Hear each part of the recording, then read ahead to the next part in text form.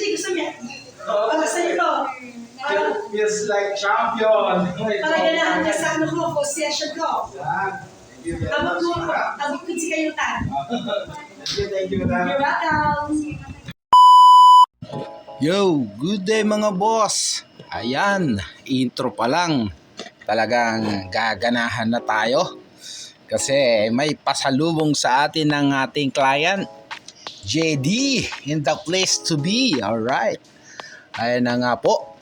Bali si Madam ay all the way from US at ilang araw pa lang siya dito sa Pilipinas, pero matagal na rin kaming magkausap or magka-chat para magpa-book. At bali 2 araw yung binigay natin na schedule sa kanya kasi nga marami siyang ipapagawang tattoo. Maraming salamat nga pala sa lahat ng mga nag-mention sa akin nung nag-post si Madam na looking for tattoo artist. Gagawin po natin ang lahat para maibigay ang best natin. Hayaan nyo po at hindi po kayo mabibigo. Gagawin po natin ang lahat para masiyahan or magustuhan ng ating kliyente yung trabaho natin. Ayan.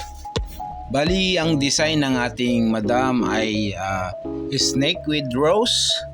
Bali, yung design niya ay nakuha niya lang din sa Pinterest at katulad daw ng tattoo ng kanyang anak at gusto niya nga rin maipalagay sa kanyang likod. Pero yung pinaka reference is black and gray, pero ginusto ng ating Madam na gawin naming colored yung pinaka rose, pointillism shade yung ginawa natin dyan sa red part ng rose. At may mga pinalagay siya na 3 pangalan ng kanyang mga anak at kasi nga bold masyado or open masyado yung snake part, kaya doon namin nilagay yung 3 pangalan ng kanyang mga anak. Ayan na nga po mga boss. Ayan, at grabe naman, kinaya ng ating Madam patapos ang kanyang tattoo.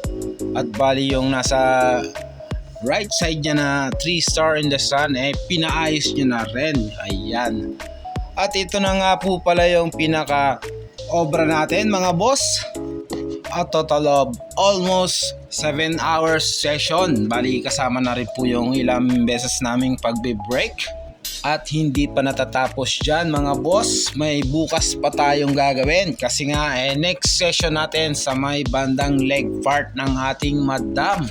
Alright, maraming salamat at hanggang sa muli, Creative Ink Tattoo and Body Piercing, maraming salamat!